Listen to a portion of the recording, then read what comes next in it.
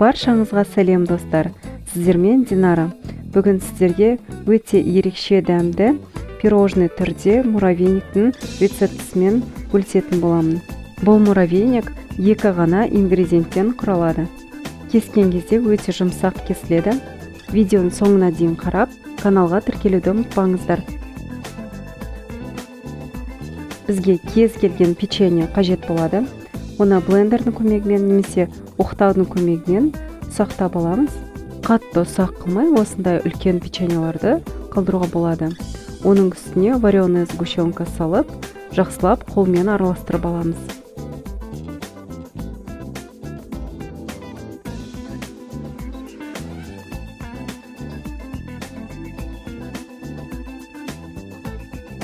Жақсылап араластырып болған соң, пергамент қағазын төсеп, екі алақанның көмегімен массамызды шарик формасына келтіреміз. Пирожныйды кез келген фигура, формаға келтіруге болады. Менде кішкене конус фигурасына енді келтірді, құмырсқаның үйшігі сияқты. Енді өз еркіңізбен балалармен де жасауға болады, қызықты болу үшін бұл пирожныйды. Менде осындай пирожный 10 штуктай шықты. Формасын келтірген соң, тоңазытқышқа 5-10 минутқа салып қойыңыздар. Үстін шоколадпен сәндеу үшін шоколадты микроволновкаға 1 минутқа ертіп аламыз.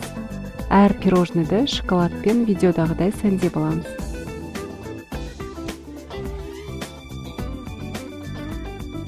Бізде осындай пирожный түрде муравейнигіміз дайын болды. Дәмі деген өте керемет, міндетті түрде жасап көріңіздер.